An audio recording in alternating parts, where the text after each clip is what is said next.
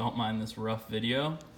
I looked on YouTube and I couldn't find any good videos about having a dirty night sight or cleaning them, so I just wanted to make this quick video.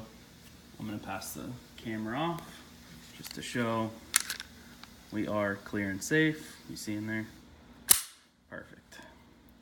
All right, so as you can see, I already cleaned the right side and the front, and the left side everything kind of looked like the left side. Just use a small toothpick, will not damage the night sight. Don't be afraid to just get in there. Once you get a little bit on the toothpick, just wipe it off.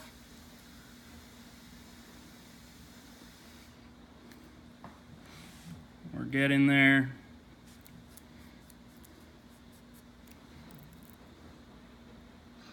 If you're a normal person, you can use a paper towel to wipe it off. If you're like me, use your jeans.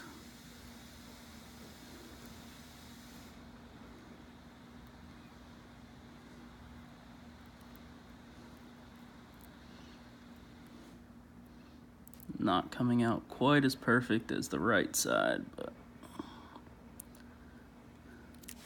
as you can see, if you work a toothpick in there, you're able to clean them out and actually use it for what it is. And that's that.